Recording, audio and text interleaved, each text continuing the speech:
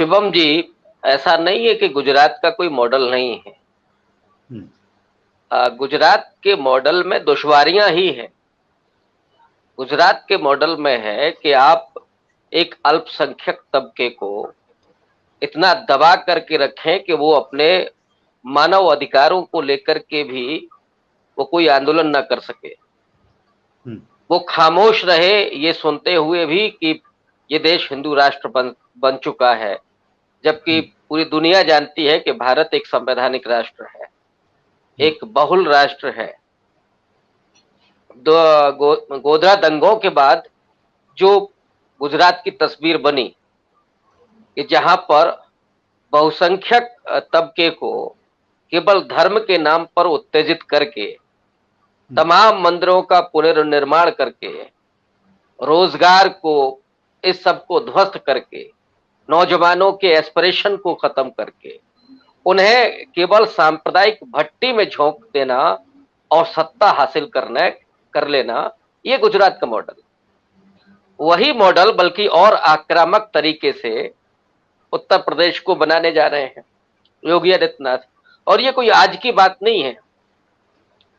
मुझे याद आता है कि जब शुरुआती दौर में योगी आदित्यनाथ अपनी कैंपेन करते थे तो वो कहते हम्म। थे कि उत्तर प्रदेश गुजरात बनेगा, हम्म। पडरौना इसकी शुरुआत करेगा। वो अच्छा। पडरौना में उस समय इस तरह का कैंपेन वो चलाते थे।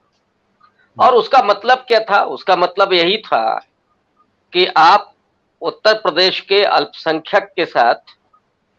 बहुत आक्रामक ढंग से उसके अधिकारों को छीन लेंगे, कोई प्रतिक्रिया नहीं होगी।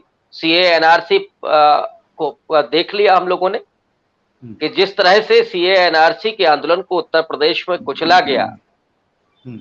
और दंगों की भेंट वो चढ़ाया गया, और उसके बावजूद हम्म। जो उसमें एक तरह से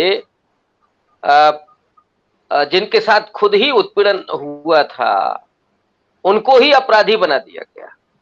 और हम्म। इतना ही नहीं, उनके पोस्टर सड़कों पर लगाए गए, उनके संपत्ति को कुर्क करने के आदेश दिए गए। बाद में हम्म। इलाहाबाद हाई कोर्ट ने इस पर सख्त टिप्पणी की, तब जाकर के योगी आदित्यनाथ ने उस पर यू टर्न लिया। लेकिन इसी उत्तर प्रदेश में एक गृह राज्य मंत्री का बेटा अपनी गाड़ी से 4-5 किसानों को कुचल करके मार देता है, एक पत्रकार सहित। हम्म। इसी उत्तर प्रदेश में कोई भी पत्रकार अगर आवाज उठाता है नकल माफियाओं के खिलाफ तो उसे जेल भेज दिया जाता है। इसी उत्तर प्रदेश में अगर कोई पत्रकार प्रधानमंत्री के अपने क्षेत्र में, और बल्कि उस गांव में जिस गांव को उन्होंने गोद लिया था, वहां की उस तस्वीर को दिखाता है, उस सच्ची स्टोरी को पेश करता है कि जिसमें गरीब जो मुसहर जाति के लोग थे वो घास की रोटियां खा रहे थे। या इसी उत्तर प्रदेश में मिड डे मील में जब नमक रोटी को पेश किया जाता है, ये स्टोरी बनती है। इसी उत्तर प्रदेश में जब मिड डे मील में दूध में 90% पानी बच्चों को नहीं, दिया लेकिन जाता है और ये स्टोरी बनती है, तो उन तमाम पत्रकारों को जेल भेज दिया जाता है। नहीं नहीं, देखिए, इलेक्टोरल पॉलिटिक्स में इस रास्ते से तो हिटलर भी चुन करके आया था।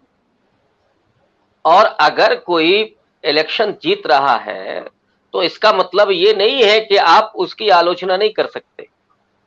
जो उत्तर प्रदेश का यथार्थ है उसको आप नहीं कह सकते, वो तो कहना ही पड़ेगा। और चुनाव कैसे जीते जा रहे हैं ये भी तो लोग देख रहे हैं। पूरे भारत की जो तस्वीर दुनिया में बन रही है वो किस तरह की बन रही है? जिस देश में अब कानून व्यवस्था संविधान से न चल करके बुलडोजर से चल रही हो, उस देश की क्या तस्वीर बनेगी? क्या आप उसके बारे में कहेंगे? जो योगी आदित्यनाथ कर रहे हैं सरेआम, भारत का संविधान और भारत की भावना, मैं अगर गांधी जी को यहां कोट करके कहूं, जो आपके अपराध के बाद जो सजा देने का प्रावधान भी है, वो भी आधुनिक दुनिया में अपराधियों को सुधारने का पहले चांस दिया जाता है। जेलों का जो आकार है गोलाकार, वो इसीलिए रखा जाता है। उसके पीछे एक बड़ी फिलॉसफी है, मैं उस पर नहीं जा रहा हूं। और इस देश का संविधान ये भी कहता है, कानून ये भी कहता है कि अगर 100 अपराधी भी क्यों न छूट जाए, लेकिन एक निरपराध को सजा नहीं होनी चाहिए। और ऐसे में आप बिना जांच पड़ताल के किसी को भी अपराधी मान करके, माने उसमें कोई जांच पड़ताल नहीं, आप किसी का घर गिरा देते हैं, बुलडोजर चला देते हैं, ये क्या इसे लोकतांत्रिक प्रक्रिया माना जाएगा? तो इसलिए जी बता ही दिया है रत्नेश जी ने कि किसने रामलीला कराई है ना। और आश्चर्य ये है कि उसमें तो चलिए उनकी जो कविता है उसमें बेचारे को पेमेंट करना है। यहाँ तो आलम ये है कि रावण का तो हम छोड़ दें, तो जो बंदर भालू हैं जी, वो जिनको लगाया गया है इस काम के लिए, उनको न तो पेमेंट मिलनी है। अब यहाँ राम जी तो नहीं मारना चाहते हैं, लेकिन असल ये है कि जिन बानर भालुओं को लगाया गया उनको कोई पेमेंट नहीं मिलनी, कोई रोजगार नहीं मिलना है। उनको मिलना है तो सिर्फ हिंसा और नफरती दिमाग मिलना है। उनको मिलना है अपराधी होना और हाशिए पर धकेल दिया जाना। ये दरअसल जो पूरा प्रोजेक्ट चल रहा है, रत्नेश जी जो बात कह रहे थे वो चूंकि सवाल उस तरह का था इसलिए मैं अल्पसंख्यक की बात कर रहा था गुजरात से जोड़ करके। अन्यथा इस प्रोजेक्ट का एक और हिस्सा है, वो है दलित और पिछड़े और आदिवासियों को दंगाई बना देना, उनको अपराधी बना देना, उनको शिक्षा से महरूम कर देना, उनके एस्पिरेशन को खत्म कर देना, उनके अधिकारों से वंचित कर देना। तो जो रामायण में बानर और भालू थे, उन्हें जो सेवक भाव से रहना था और इधर उधर जाकर के जो उनको काम दिया गया था वो करना, विवेक जिस तरह से उनका खत्म किया गया था, वही पूरी रामलीला इस देश में चल रही है। जिस देश में राम के नाम पर दंगे होते हों, उस देश में आप क्या कहेंगे किस तरह की लीला चल रही है?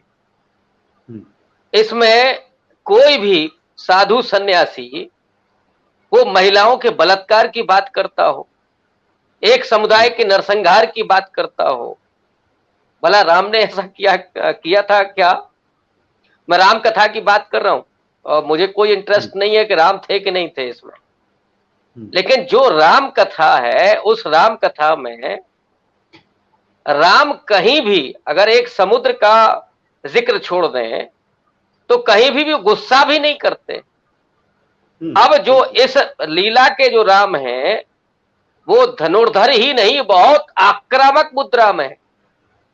ये देश तो सिया राममय सब जग जानी वाला है ना।